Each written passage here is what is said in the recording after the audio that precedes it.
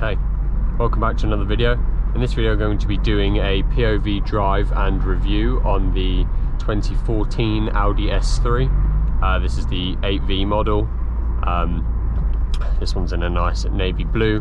We've got the automatic DCT gearbox with the paddle shifters. And I'm going to be doing a quick drive about, tell you how it's like to drive on a daily basis, and give you a bit of an insight into what it's like to be in the cabin here. Hopefully the camera setup is all right. I haven't done this for a while and it's always a little bit awkward driving with the GoPro on your head, and you definitely look like a bit of a spoon, but but I do enjoy the videos. So I've got this in comfort mode at the moment. As you can see here, I've got a drive select mode, and I have to say, having previously owned the Hyundai i30N Performance edition of that car, which I did a POV drive on as well, this is on another level of comfort compared to that. I mean, I know that car was very much built for the track. It had a strengthening roll cage thing in the boot and all that, which would be brilliant if you lived in Germany and could go on the Nürburgring every day, but not many people can. So round town and commuting to work especially, I swapped because the manual gearbox was getting on my nerves. Not because it was a bad gearbox, but just because I couldn't be bothered to change gear on a commute to work anymore. It's tiring, and and the car was incredibly petrol inefficient. It averaged like 25 mpg even on the motorway. So here we are, swapped to this. We've still got that 4-cylinder 2-litre turbocharged engine. This is pushing, well, 300 horsepower, I think exactly. Some websites claim a little bit different. They give or take 5 horsepower pretty much. Some say 295, some say 300, some say 310, sorry. But yeah, give us around the 300 mark we've got here. Obviously we've got the Audi Quattro 4-wheel drive system and the S-tronic DCT gearbox, which added all together does make it significantly quicker than the Hyundai. This has a 4.6 second, I believe, 0 to 60, whereas the Hyundai was about 6.3 or something like that, 6.5.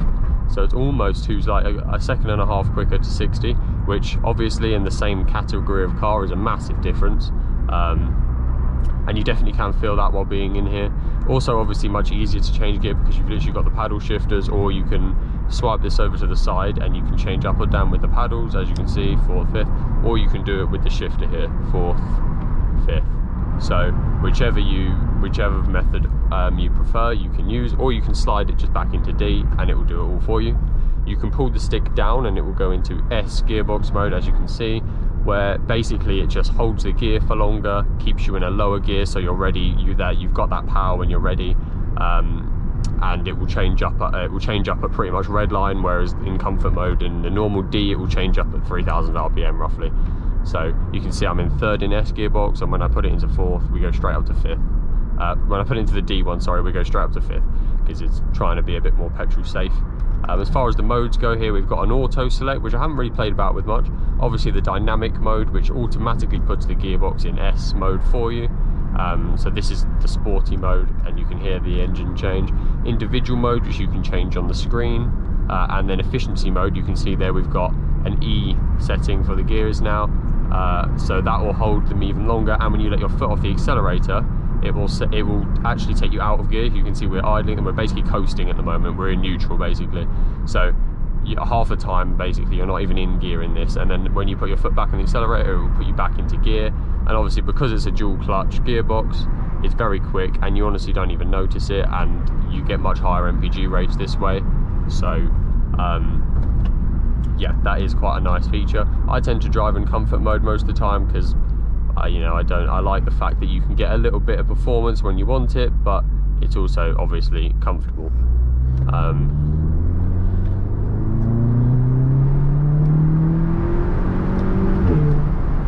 So yeah, even in comfort mode, you can still choose your gears, and you can still you don't get any, it doesn't stiffen everything up like obviously the dynamic mode does, but you still get enough performance for the public roads, let's just say that.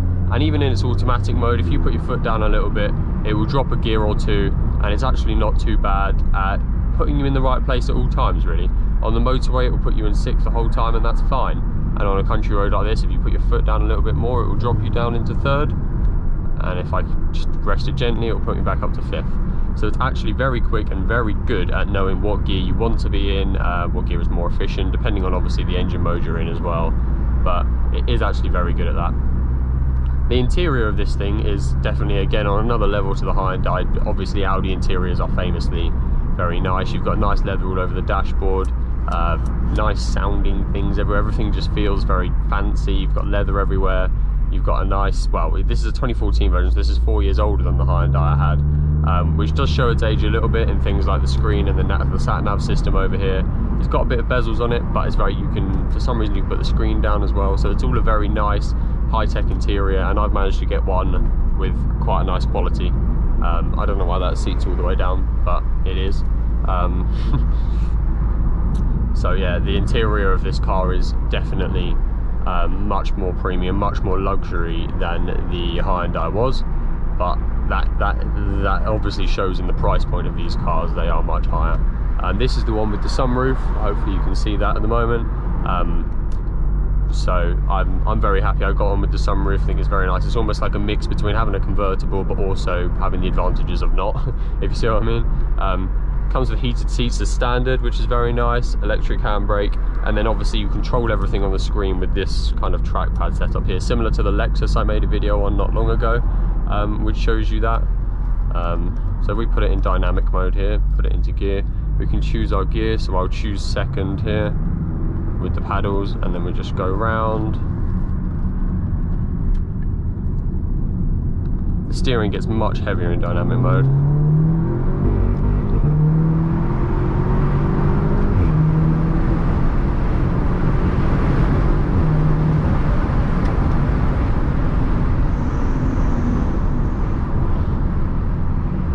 So, as you can see, picks up much quicker. The steering feels much more heavier. You feel like you've got much more control over bumps and stuff like that. And the engine sounding gets a little bit more aggressive, especially when you're changing gear, because obviously it electronically takes off. It effectively blips the throttle for you and stuff when you change gear, so you don't need to take your foot off the accelerator between gear changes. You literally just floor it and change up, change down, so you get a really nice like sound in between gear changes. I can't really explain what it even is. It's like a yeah, I can't explain what it is, but it's a lovely sound in between gear changes. You'll hear it on cars like the Volkswagen Golf R as well, because they're all the same gearbox and engine and they all sound the same. But yeah, so very nice, and definitely it's especially being four-wheel drive, you really feel that in the corners. Pulls you around, especially off the line as well. Obviously, as four-wheel drive is very good for grip. You don't get any wheel spin really off the line. You get a lot of like, it feels really controlled. It's not like a manual where every launch you do is going to be a bit different. You're always going to mess up a gear change here or there, or bring the clutch up too late or too early, or you're always going to have some type of error somewhere probably. But it's just not the same with these cars. You just stick it in, you can even leave it in auto, but if not even, you can stick it in manual, floor it. It will do all of the traction control is brilliant. It will squeal the wheels a little bit, enough to get you going, but not enough that you're going to be just spinning the wheels, putting power down that's going nowhere. So it's really good at putting that power down and really good at getting you off the line. And then you literally just smack a paddle when you get to red line, and it's like a rocket off the line every time. And it's never, you know, you're never going to, it's always going to be as quick as it can be, if you see what I mean, because there's no room for error. The computer does it all, and it does it perfectly every time, which is, I guess, is the type of thing that people often complain about. You don't feel like you're fully in control like you do with a manual, but the advantages are just so like ridiculously outweighed by having an automatic in there, especially a DCT nowadays.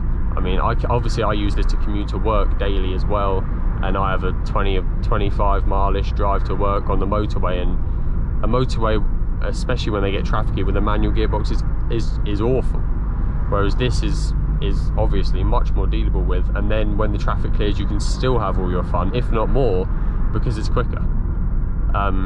So yeah, if that's the type of question you're looking answered, a DCT or a manual gearbox, I would say a DCT every day of the week. There is no way I would go back to a manual after having one of these. It changes your every drive you go out in. It just makes it so much more enjoyable. And there's no way I would go back. So yeah, if that's the type of question you're looking to be answered, then I think that's the answer here. As far as the buttons go on the steering wheel, we've got a little dial here to control what you see at the bottom of the screen, i.e. like the mileage, your average MPG, how long you've been driving for, the miles you've got left on a tank, etc. If you use these arrows here, you can go across, so that connects to my phone, and you can, if I was playing music, it would tell you the name of the song, the artist, the album, etc. And then this is your directory, so obviously all your contacts, so you can go through and call people off there, which is quite nice. And then you've got a compass, or if you've got your navigation on, that will show you where your next turn is, and it will tell you how far you are away and where you're turning, and it will show you on screen, which is quite nice there. We've got a button here to give you any information about your navigation, i.e. traffic, stuff like that. And then you've got the voice control, so like the Audi voice control system, which I actually find to be pretty pointless, because it's just a very limited set of commands and you have to say them perfect, otherwise it has a hissy fit. So I find that to be quite useless actually day to day. And then you've got a little volume button here which will control your entertainment volume, and this is a programmable asterisk here. You can make it do anything. I've got it set to change the drive mode, so I don't have to, I can do it on the wheel instead of pressing this button over here. Just makes it easier if you want to change it on the fly. So that's what I've got it set as.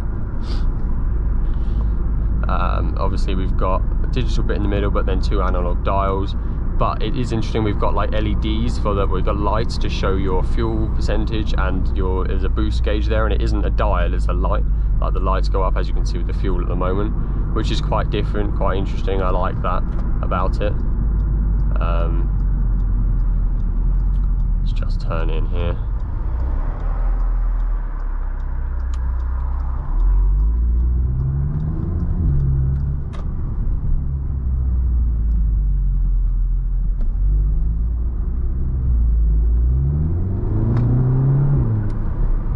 That's what, about half throttle in comfort mode. It really does get going, even in its automatic mode. It's so much fun to just drive around daily. It honestly is. So much more comfortable. This one's got the Audi magnetic drive, or whatever it's called, something about magnets. So instead of a standard drive select where in a comfort mode it will just kind of extend your springs, and in the dynamic mode it will compress your springs to make it a bit harder, this goes that step further and uses magnets to compress oil instead of just compressing the springs, which obviously means there's just a bigger difference between your comfort mode and your dynamic mode, and it means you can have more control over ride height and stuff like that. So that's one of the optional extras on this car. This car does have a lot of optional extras while we're talking about it, and this one is actually fitted with a lot of the performance ones, but not a lot of the daily convenience ones which you would want, if that makes sense.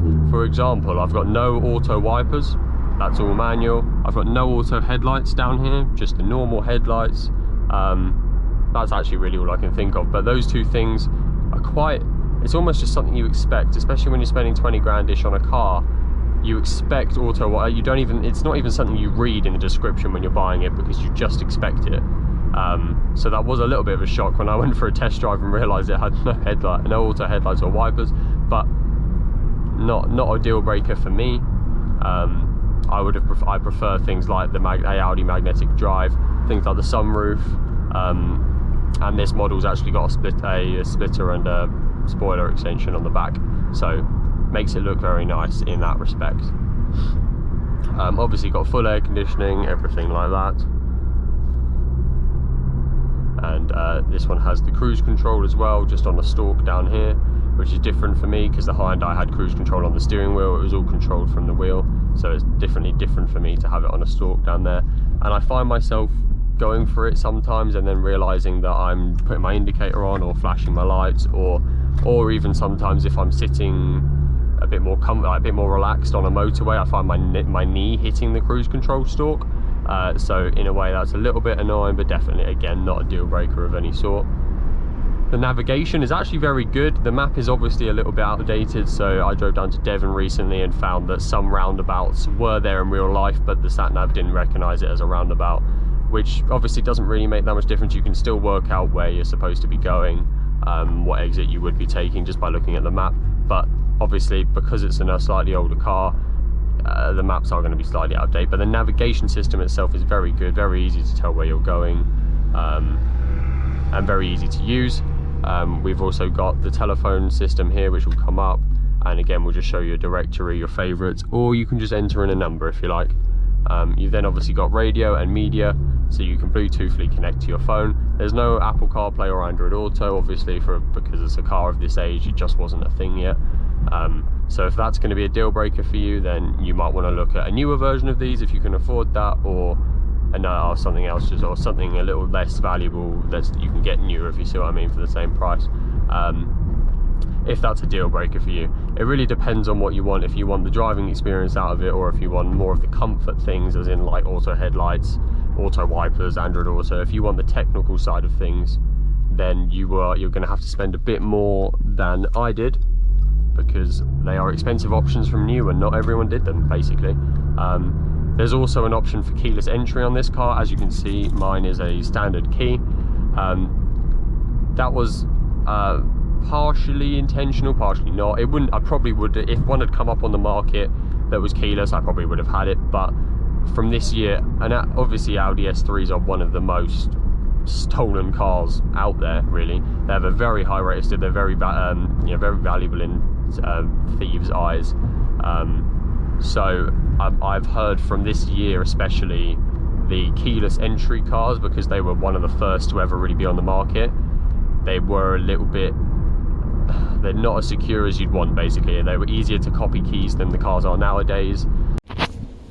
Okay, so I apologise for that. The GoPro decided to not save the last like 8 minutes of footage after the point I was just chatting about these cars getting stolen a lot. So yeah, I mean, to be honest, I didn't say a whole lot after that anyway. It's just that I hope that that video gave some insight into what it's like to actually drive one of these on the daily. I know there wasn't much ragging of anything going on, but I'll probably do another video, maybe like 0 to 60 times, a bit of some country road type action if that's what you're after. So just let me know in the comments if that's what you are after, and I will definitely do that in the future.